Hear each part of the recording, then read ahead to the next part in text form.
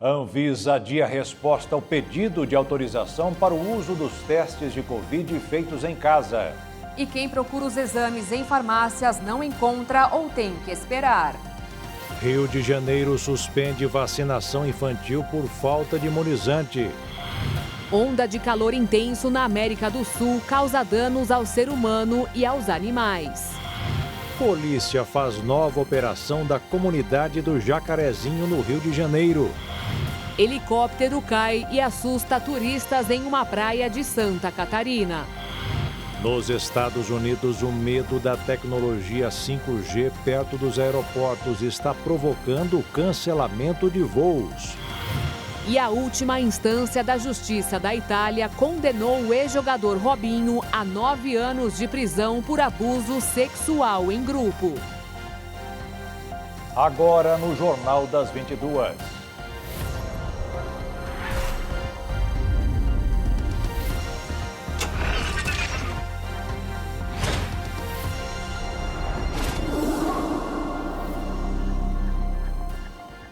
Olá, boa noite. Boa noite. A falta de testes para diagnóstico de Covid-19 e influenza no Brasil preocupa. Segundo uma pesquisa recente, mais da metade dos serviços privados de saúde do estado de São Paulo só terão estoque até o próximo dia 21.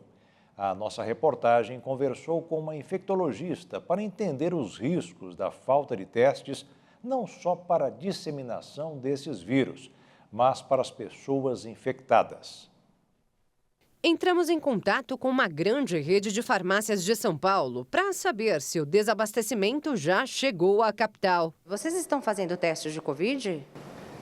Sim, senhora, a gente realiza, entretanto, está com agendamento. Apesar de ainda haver testes disponíveis, a atendente informa que só teria horário para a realização do procedimento para 3 dias depois da data do contato. Já a testagem para a influenza... A gente realizava, entretanto a gente não tem data de volta. As informações confirmam os dados levantados pelo Sindicato dos Hospitais, Clínicas e Laboratórios de São Paulo. O levantamento realizado pelo Sindiosp entre os dias 10 e 14 de janeiro, com 111 laboratórios privados do estado de São Paulo, revela aumento de 92% na testagem para a influenza e 99% para a Covid-19. Com isso, 88% desses estabelecimentos já apresentam problemas para a reposição de testes. E é claro que esse cenário preocupa muitos brasileiros. A gente teme sim, porque às vezes a gente pode precisar de alguma forma ou outra e se tiver faltando a gente não vai ter isso pra gente, né? Meu irmão teve que ir procurar desses dias o teste e foi sim super complicado. Então quer dizer, pagando estava difícil do seu irmão encontrar o teste? Era difícil. Isso há uns 10 dias atrás. Se eu fosse hoje, seria mais difícil ainda, mesmo pagando. É que diante do risco de desabastecimento, a Organização Pan-Americana da Saúde recomendou a utilização racional dos testes, ou seja, a prioridade é testar apenas pacientes com sintomas graves. A gente pode separar a gravidade ou a avaliação da gravidade da Covid em fatores de risco, que são inerentes do indivíduo, idade, comorbidades, a pessoa ser gestante, e o que a gente chama de sinais de alarme, que são indícios de gravidade da doença. Já as pessoas que apresentam sintomas leves, segundo a infectologista, devem ficar despreocupadas. A conduta vai ser basicamente a mesma, inclusive para gripes leves, casos leves e Covid, que são hidratação e repouso. A orientação é ficar em casa. Mas a grande questão é: como um trabalhador fica em casa sem ter um atestado para apresentar na empresa? E essa questão trabalhista é super importante, porque, é claro, a gente está conversando sobre a necessidade de ficar em casa e o empregador tem que ficar consciente dessa necessidade. Quando você vai na Finlândia, na Suécia, você não precisa de papel. Você fala, eu estou doente, não posso trabalhar, e o empregador fala, então eu prefiro que você fique em casa e fique protegido, e eu vou proteger os meus outros trabalhadores e minha empresa vai continuar funcionando. Essa conduta, de acordo com a doutora, é extremamente importante, especialmente agora, com a chegada da Ômicron. Não é uma onda, não é uma nova onda, é um tsunami. Então, uma capacidade de infectividade muito grande, um número de contágios que é impressionante. Por chamada telefônica, o coordenador do Comitê de Laboratórios do Sindiosp, Luiz Fernando Ferrari, diz que novos testes devem chegar nos próximos dias. A gente já tem notícias que no Brasil já tem uma quantidade muito grande de testes que estão começando a ser liberados e vão ser distribuídos. Segundo Luiz Fernando, a previsão de fabricantes nacionais e internacionais é que até o final de janeiro os estoques estejam controlados. Já o controle da Ômicron, para ele, depende dos autotestes, que, segundo o ministro da Saúde, Marcelo Queiroga, é o que pode desafogar os postos. Muita gente procura a unidade de saúde e não está positivo, né? Então aquilo pressiona as unidades de saúde. Com essa possibilidade, a estimativa é não só de ampliar o número de diagnósticos, como diminuir um pouco a pressão sobre o sistema de saúde. Enquanto os testes não chegam, a recomendação é redobrar os cuidados, evitar aglomerações, usar máscara, higienizar as mãos sempre que possível e, principalmente, se vacinar. Esse reforço mesmo da vacina, não deixe de se vacinar, não tenha medo de vacinar os seus filhos. A vacina é segura, né? A imunidade coletiva, ela só vai ser alcançada com a vacina e não com a doença, com a Ômicron ou qualquer outra variante. Então, confie na vacina e se proteja. A Anvisa pediu mais informações ao Ministério da Saúde e adiou a resposta sobre a liberação do uso de testes de Covid-19 para as pessoas fazerem em casa. Um dos diretores sugeriu a realização de diligências dentro de um prazo de até 15 dias para cobrar do Ministério da Saúde a formalização de uma política pública antes de decidir sobre a liberação do autoteste. E agora veja como estão os números da vacinação contra a Covid no Brasil. De acordo com as Secretarias de Saúde dos Estados e do Distrito Federal, foram aplicados 349.429.339 doses. 78,5% dos brasileiros já receberam pelo menos uma aplicação. E mais de 147.723.000 estão totalmente imunizados com as 2 doses ou com a vacina de dose única. A Secretaria Municipal de Saúde do Rio de Janeiro suspendeu o calendário anunciado anteriormente de vacinação das crianças de 5 a 11 anos contra a Covid. O motivo é a falta de doses. O programa que previa a aplicação da primeira dose nas meninas e meninos de 10 anos a partir desta quinta-feira permanece com a repescagem das crianças de 11 anos até sábado. A SMS informou que apenas com a chegada de novas remessas será possível avançar o calendário de vacinação para meninas e meninos de 10 anos.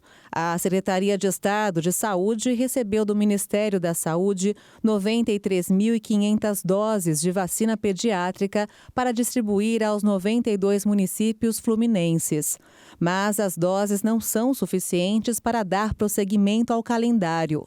Nos 2 primeiros dias de vacinação infantil, foram aplicadas 25.733 doses no município. O Ministério espera receber no domingo mais 1.800.000 doses da vacina pediátrica da Pfizer. Apesar do feriado municipal de 20 de janeiro e do ponto facultativo decretado pela Prefeitura do Rio de Janeiro na sexta-feira, os centros municipais de saúde, clínicas da família e centros de testagem vão funcionar nos 2 dias, das 8 horas da manhã às 5 da tarde, exclusivamente para ações de combate à Covid, atendimento, testagem e vacinação contra a doença. Uma ação binacional de enfrentamento à Covid-19 leva carretas para testes de Covid e vacinação na fronteira do Brasil com o Paraguai em Mato Grosso do Sul. Brasil e Paraguai se uniram para uma ação na fronteira de combate à influenza, H3N2 e Covid-19. Do lado brasileiro, na cidade de Ponta Porã, foram colocadas próximas à linha internacional essas 2 carretas. Uma realizando testes de coronavírus em pessoas com sintomas ou contatos de casos confirmados e outra aplicando primeira, segunda e terceira doses de vacina. Os atendimentos começam às 8 horas da manhã e terminam às 5 horas da tarde até sexta-feira. Nós conquistamos aqui aquela vacina da Janssen, 50% da população da fronteira não veio buscar a segunda dose. Isso mostra que nós precisamos de trabalhar intensamente com essa população para saber o que está acontecendo de fato, para eles negarem de buscar o remédio da salvação de cada um de nós, que nesse momento que é a vacina. 13 cidades da fronteira do Brasil com o Paraguai e a Bolívia, em Mato Grosso do Sul, incluindo Ponta Porã, receberam uma vacinação em massa com doses da Janssen no ano passado. O objetivo era formar um cinturão de imunização como parte de um estudo internacional com apoio da OPAS, Organização Pan-Americana de Saúde. Na época, foram aplicadas doses adicionais que não estavam previstas na distribuição regular para gerar evidências científicas sobre a efetividade do imunizante da Janssen contra a variante Gama-P1, responsável pela maioria dos casos de Covid-19 no estado naquele período. E veja a seguir, a atividade econômica no Brasil subiu 1,8% em novembro. E o brasileiro trabalha cada vez mais para pagar os impostos municipais, estaduais e federais.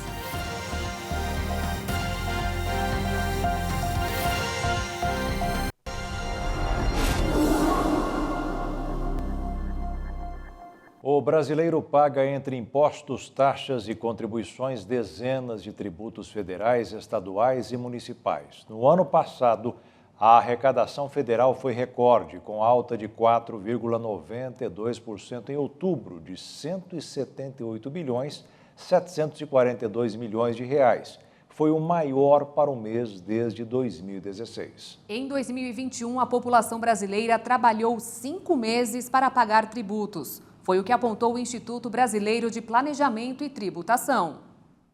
Você costuma pedir o cupom fiscal quando vai realizar uma compra em uma padaria, supermercado, farmácia e até mesmo abastecer em um posto de combustível?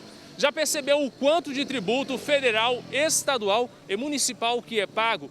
Valores que muitas vezes são altíssimos e que nós não percebemos para onde são destinados. Nesta compra de R$ 562, por exemplo, o valor aproximado de tributos foi de R$ 77,96 federal e de R$ 86,16 estadual, um total de R$ 164, o equivalente a 29% em impostos.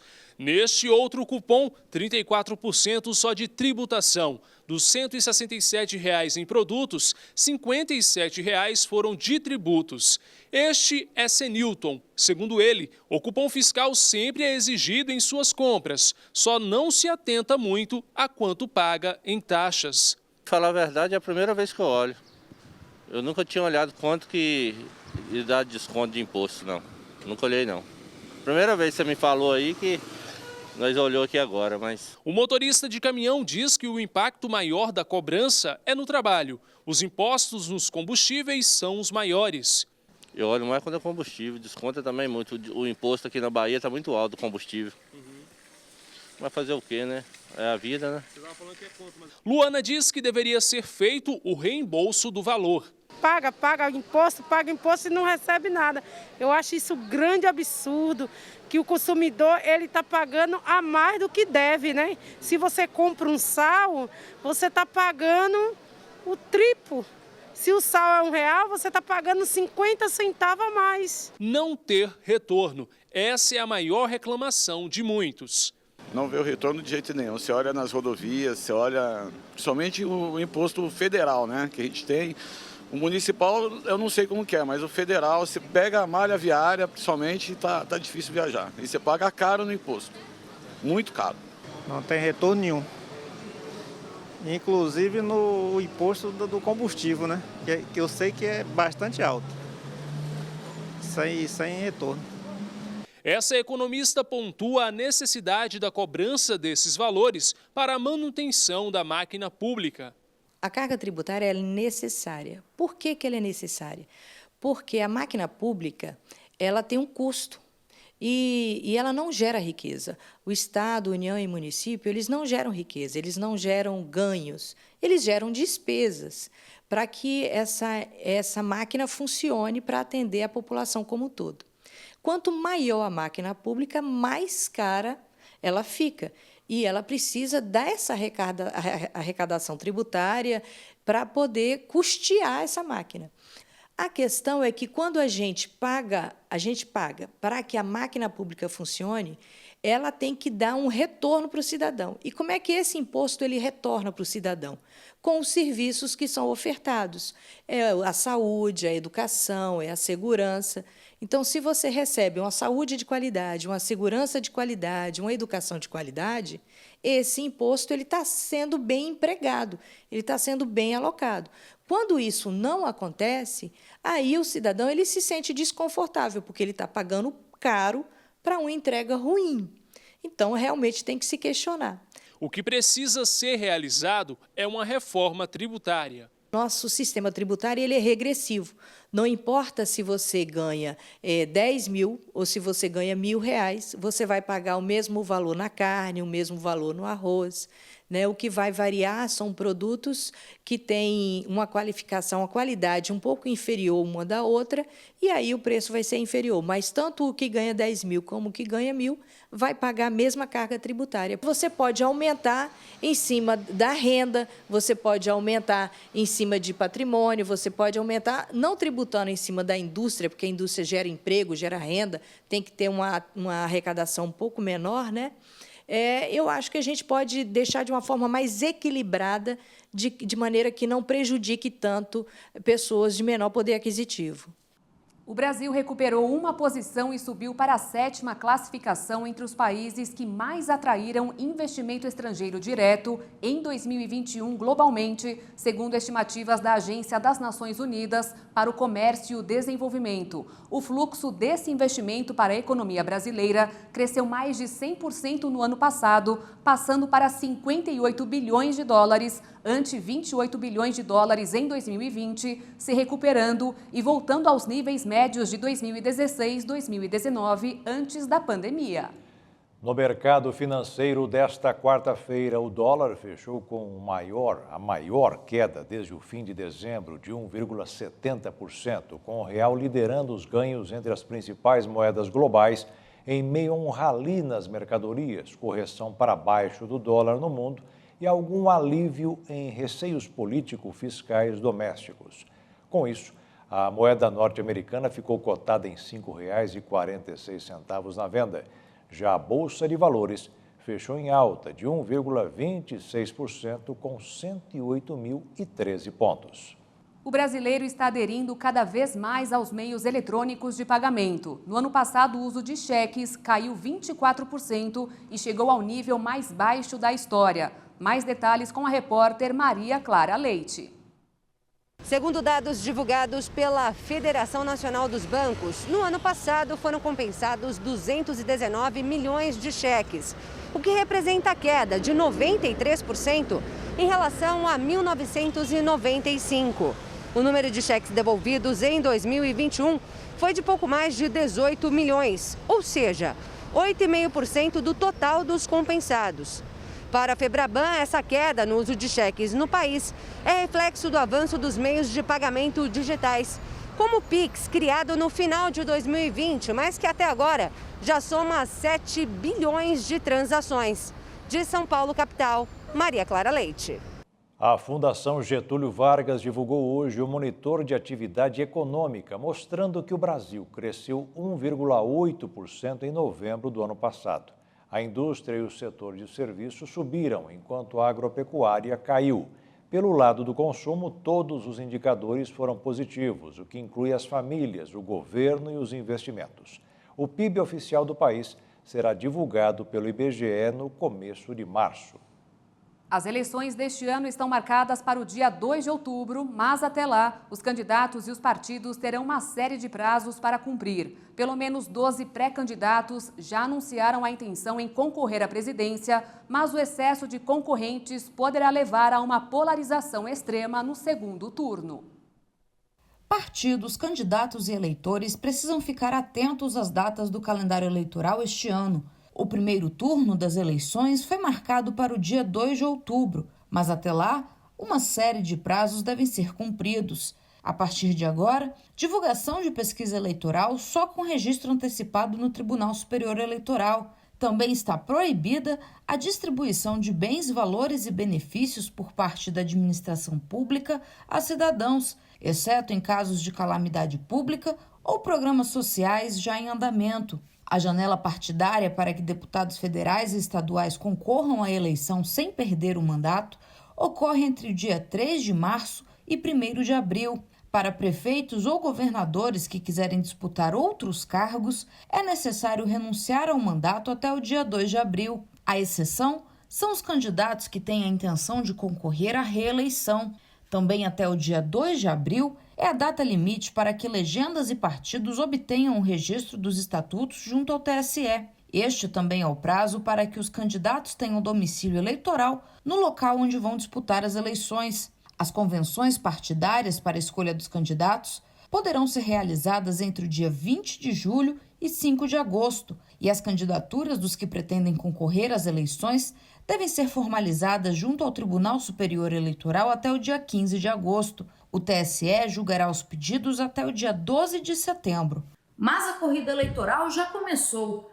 Ainda no ano passado, cerca de 10 partidos informaram os nomes dos pré-candidatos à eleição presidencial de 2022. O modelo de votação que o Constituinte escolheu lá em 1988 é o da maioria absoluta dos votos válidos nas eleições majoritárias, ou seja, a ideia é que o candidato eleito a presidente da República, governador de estado e prefeitos das maiores cidades represente a maioria absoluta dos eleitores. Então, num universo de primeiro turno, onde existam aí 10 candidatos a presidente da República, vai ser normal que exista uma divisão entre os ramos da direita, os ramos da esquerda, aqueles que dizem que são centro, né? E aí a tendência é que ninguém consiga fazer a maioria absoluta dos votos válidos já no primeiro turno. E aí, num segundo turno, é possível a repetição de uma polarização, como a gente já assistiu nas eleições de 2018 e como a gente assiste em vários estados, né? Entre um candidato da situação, o candidato que hoje é presidente, aquele que representa melhor a oposição. Então, é possível sim essa polarização. O que é importante é que o eleitor não caia nessa disputa, que o eleitor não caia nas provocações e escolha o melhor candidato de acordo com as suas crenças, de acordo com as suas convicções políticas, de acordo com aquilo que quer de melhor para o Brasil. E você vai ver daqui a pouco a condenação do ex-jogador Robinho pela justiça italiana pelo crime de abuso sexual. E ainda, empresas aéreas revelam temor de voar perto dos aeroportos dos Estados Unidos por causa da tecnologia 5G.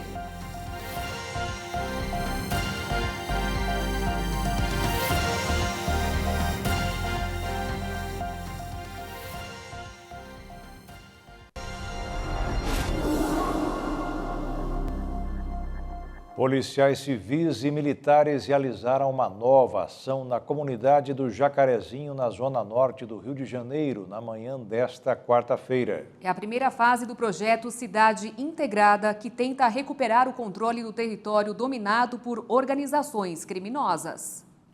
No Twitter, a Polícia Militar anunciou que 1.200 policiais fortemente armados foram deslocados para o Jacarezinho e que as comunidades vizinhas também serão ocupadas. A corporação informou que a situação era de aparente tranquilidade e não registrou tiroteios entre facções e autoridades. De acordo com o governo estadual, a mega operação faz parte do programa Cidade Integrada, para transformar as comunidades do estado do Rio, onde atuam gangues criminosas e traficantes de drogas. O governador Cláudio Castro disse que a iniciativa seria diferente das de outras épocas, quando as autoridades aplicaram uma estratégia militar contra grupos criminosos. O Jacarezinho, centro da operação desta quarta, foi palco em maio passado de uma polêmica e sangrenta intervenção policial que deixou 28 mortos, incluindo um PM. Organizações de direitos humanos classificaram o episódio como a operação policial mais mortal da história do Rio e denunciaram execuções sumárias, que a ONU pediu uma investigação. Desde outubro, 2 policiais foram processados por homicídio no caso. Um acidente aéreo com um helicóptero modelo Robinson 44 assustou os banhistas na praia de Canasvieiras, em Florianópolis, Santa Catarina. O acidente ocorreu pouco depois das 5 horas da tarde, pelo horário de Brasília. Segundo informações da Guarda Municipal, pelo menos 3 pessoas estavam na aeronave de pequeno porte. Os passageiros e o piloto tiveram ferimentos leves e foram encaminhados às unidades de pronto atendimento próximas do local. O acidente ocorreu perto da faixa de areia, mas nenhum banhista ficou ferido. As vítimas eram turistas que faziam um passeio por um dos principais destinos de Florianópolis. As causas da queda não foram reveladas. A Corte de Cassação da Itália, última instância do judiciário do país, confirmou hoje a condenação do jogador brasileiro Robinho e de seu amigo Ricardo Falco a 9 anos de prisão por violência sexual de grupo. A sentença vai sair em 30 dias. O julgamento ocorreu na Corte de Cassação de Roma, o equivalente ao Supremo Tribunal Federal no Brasil. Robinho e seus advogados apresentaram o último recurso, que foi negado pela Corte italiana. Mesmo com a condenação em última instância, Robinho e Falco não poderão ser extraditados para a Itália, já que a Constituição de 1988 proíbe a extradição de brasileiros. Além disso, o Tratado de Cooperação Judiciária em Matéria Penal entre Brasil e Itália, assinado em 1989 e ainda em vigor, não prevê que uma condenação imposta pela justiça italiana seja aplicada em território brasileiro. Assim, Robinho e Falco correm o risco de serem presos somente se realizarem viagens ao exterior, não necessariamente à Itália. Para isso, o Estado italiano precisa emitir um pedido internacional de prisão, que poderia ser cumprido, por exemplo, em qualquer país da União Europeia. Além dos 9 anos de reclusão confirmados, Robinho também terá de pagar uma indenização de 60 mil euros, cerca de 372 mil reais. Nas últimas 24 horas, o Brasil registrou 338 mortes por Covid-19 e 204.854 novos casos, de acordo com o Ministério da Saúde. Confira agora os números da pandemia em escala mundial. Já são mais de 336 milhões e 465 mil casos e mais de 5 milhões e 562 mil óbitos. Os Estados Unidos, líderes em números absolutos, têm mais de 68 milhões e 389 mil diagnósticos e um total de 857.276 vítimas fatais. A Índia rompeu a marca dos 37 milhões e 901 mil contaminações. Já o Brasil se aproxima dos 23 milhões e 417 mil casos, com mais de 21 milhões e 721 mil pessoas recuperadas. Ao todo, são 621.855 mortes. O Reino Unido ultrapassou os 15 milhões e 609 mil pessoas que foram contaminadas. E a França tem quase 14 milhões e 290 mil casos desde o início da pandemia. E no mundo já foram aplicados mais de 9 bilhões e 750 milhões de doses de vacinas contra a Covid, de acordo com a Universidade de Oxford. A China, na liderança, tem 2 bilhões e 950 milhões de aplicações. Em segundo, a Índia, com 1 bilhão e 580 milhões. Na sequência estão os Estados Unidos, em quarto o Brasil e em quinto a Indonésia. A Procuradoria-Geral de Nova York afirmou que a empresa do ex-presidente norte-americano Donald Trump enganou bancos e autoridades fiscais do país. A Procuradora-Geral de Nova York, Leticia James, quer que o ex-presidente dos Estados Unidos, Donald Trump, e seus filhos Don Jr. e Ivanka prestem depoimento em investigação sobre transações financeiras da Trump Organization. James afirmou que a empresa do ex-presidente enganou bancos e autoridades fiscais. O gabinete da Procuradora-Geral disse que a investigação civil contra Trump descobriu evidências de que a empresa usou ativos fraudulentos ou enganosos em avaliações para obter empréstimos e benefícios fiscais. Em um processo judicial, o gabinete da procuradora disse também que, rotineiramente, a Trump Organization deturpava os valores de suas propriedades e até de tacos de golfe nas demonstrações financeiras da empresa. E a seguir, as chuvas dão alívio ao Cantareira, o maior reservatório de água de São Paulo.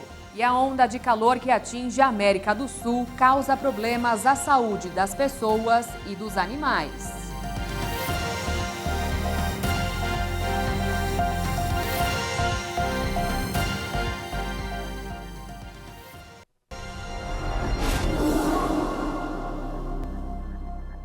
Uma onda de calor que atingiu a América do Sul tem elevado muito a temperatura no Brasil e nos países vizinhos. Em alguns locais, os termômetros chegaram a 50 graus. O fenômeno tem afetado a vida das pessoas e também dos animais. Essa foto viralizou na internet nos últimos dias. Na imagem, é possível ver 4 cães deitados no chão de uma farmácia na Argentina. E o motivo deles estarem ali foi aproveitar que o chão estava resfriado pelo ar-condicionado.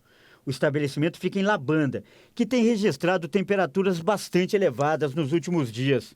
E o dono se sensibilizou com o sofrimento dos cachorros. Também na Argentina, a cidade de Santa Isabel foi invadida por milhares de besouros. O motivo também foi a temperatura elevada. Por causa do forte calor, os insetos procuraram a cidade, que fica numa região desértica, em busca de iluminação. Os casos envolvendo os animais mostram como a onda de calor tem afetado a vida na América do Sul, inclusive no Brasil. Seguidos recordes de temperatura foram registrados nos últimos dias. A cidade de San Antônio Oeste, na Patagônia, registrou quase 43 graus, a maior temperatura desde 1980. Buenos Aires chegou a 40 graus. A última vez que a capital argentina registrou esse patamar foi em 1995. As cidades de Salto e Paysandú, no Uruguai, marcaram 42 graus e meio, recorde nacional desde 1961. O sul do Brasil também registrou temperaturas acima da média. Porto Alegre, por exemplo, chegou a 40 graus de temperatura pela terceira vez na história. A última vez havia sido em 1943. Jaraguá do Sul, em Santa Catarina, passou dos 43 graus, a maior marca desde 1963. De acordo com especialistas, a causa dessa onda de calor é uma massa de ar quente e seca que se instalou entre o Brasil e a Argentina. O fenômeno ainda é favorecido pela área de alta pressão atmosférica que está atuando sobre o Rio Grande do Sul e inibe a formação de nuvens. Esse ano, em particular, no ano passado, na verdade, na primavera, a gente teve temperaturas baixas, em parte lá da região sul e também aqui no sudeste. Então, o que está acontecendo agora está havendo uma espécie de compensação. Essa onda de calor ainda é em função da estiagem forte, prolongada.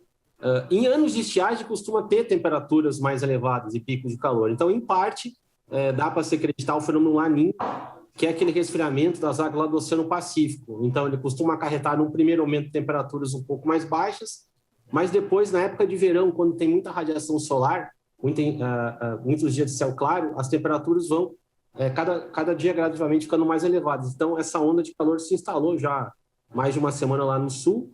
E, em parte, a gente começa com os primeiros sinais também no estado de São Paulo. Nada comparável ao que está acontecendo lá no sul, mas a parte da região centro-sul, aos poucos, vai ter temperaturas cada vez mais elevadas.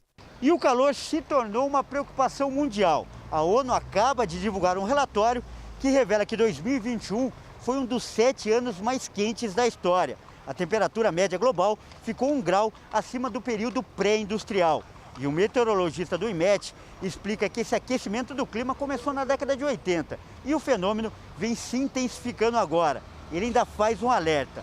É bom se acostumar. Daqui para frente, os períodos de calor devem ser cada vez mais prolongados e intensos. As pesquisas não são agora já desses últimos anos, né? Já vem desde a década de 80, 90, do painel intergovernamental de mudanças climáticas, que tem os principais cientistas de clima e meteorologia do mundo têm indicado a forte correlação dos gases de efeito estufa, né, das indústrias queimadas, poluentes, na temperatura, no aumento da temperatura global. Isso tem sido tão mais recorrente os extremos de calor e até, às vezes, eventualmente, extremos de frio, mas o que predomina, em regra, são as temperaturas mais elevadas. Então, isso está sendo uma marca.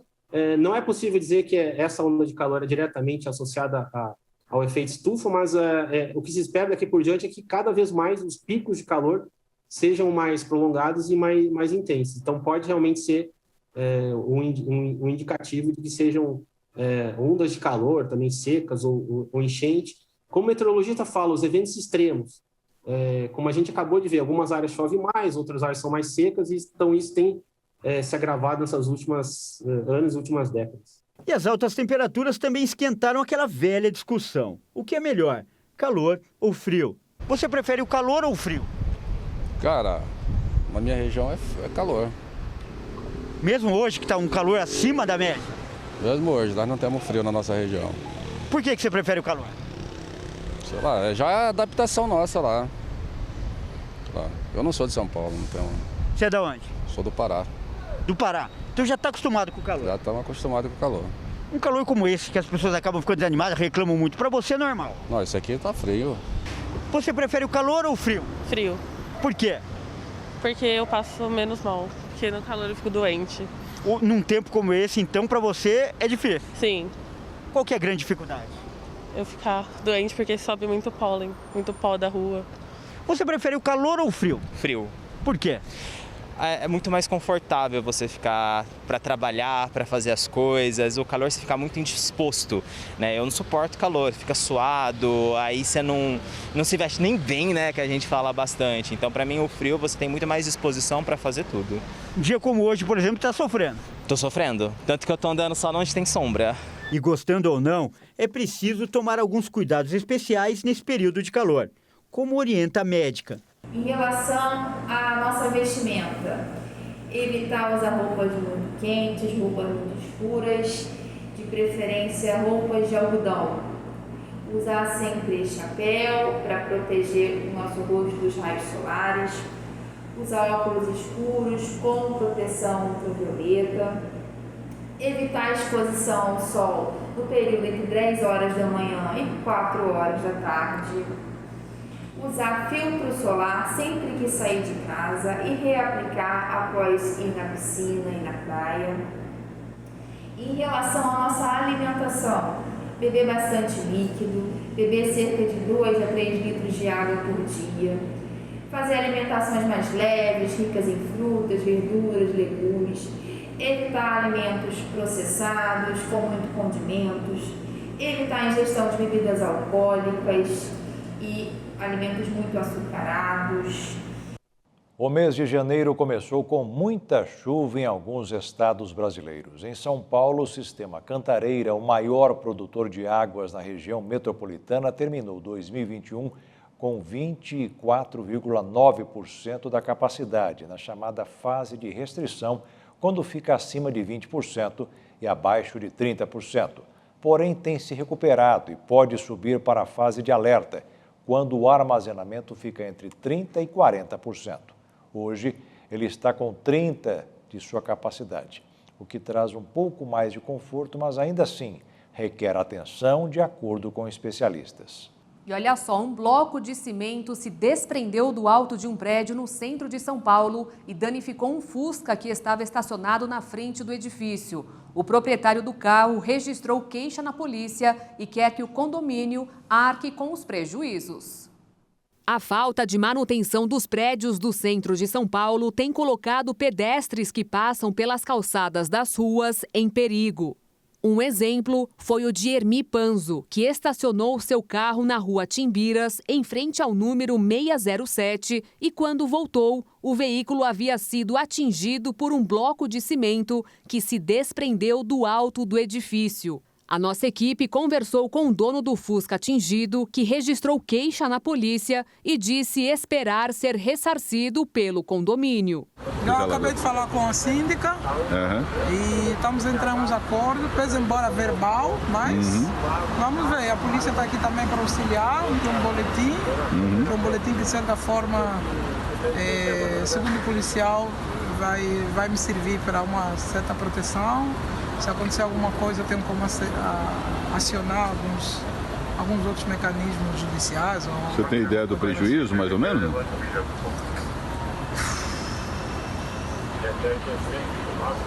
Vamos pôr aproximadamente uns R$5.000. Ninguém ficou ferido no acidente, mas o risco de um bloco se soltar e acertar um pedestre é muito grande. A região tem grande movimento de pessoas devido ao comércio e empresas que têm escritórios nas proximidades. A equipe da RIT falou também com o zelador do edifício de onde parte do reboco se soltou e acertou o carro do Hermi. Segundo ele, essa foi a primeira vez que aconteceu esse tipo de acidente no local. E já aconteceu antes aí no prédio, não? Você tem ideia? Não. No último dia 10 de janeiro, a queda de uma árvore em razão de um temporal na Praça da República, em frente ao estúdio da RIT, danificou cabos de energia e interrompeu o trânsito na região, que conta com diversos prédios tombados pelo patrimônio público. Muitos desses edifícios estão em situação precária e mal conservados, colocando a vida das pessoas que passam nessa região em perigo. E veja como foram alguns dos testemunhos de pessoas que saíram vitoriosas. Oh, glória, nós damos glória, ele vem para mudar a nossa história. O que foi, amigo? Eu cheguei aqui, eu tirei até os tênis, tava com muita dor no pé direito e agora eu não tô sentindo mais nada no pé. Então, tem que contar. E você, amigo? Eu tava com dor no pé direito também. Também? Já faz uma semana e agora passou. Lá na galeria foi o quê, irmã? No braço. Passou. Quanto tempo tava aí? Já faz tempo. Tô fazendo exercício e tal. Quanto tempo, mais ou menos? Já faz anos. Só que agora, na volta da vitória, começou a doer e no final não doeu mais. E nem vai doer, agora segura mesmo. O que foi aí, irmã? Sentindo uma dor aqui nas costas, no meio, como você acabou de falar, e aqui uma dor no coração. Então, tava sentindo uma dor como se eu estivesse me sufocando por dentro. Então isso é coisa séria, tem que contar. Aí tava assim... Tá bom, obrigado. Ali você foi o quê, irmã?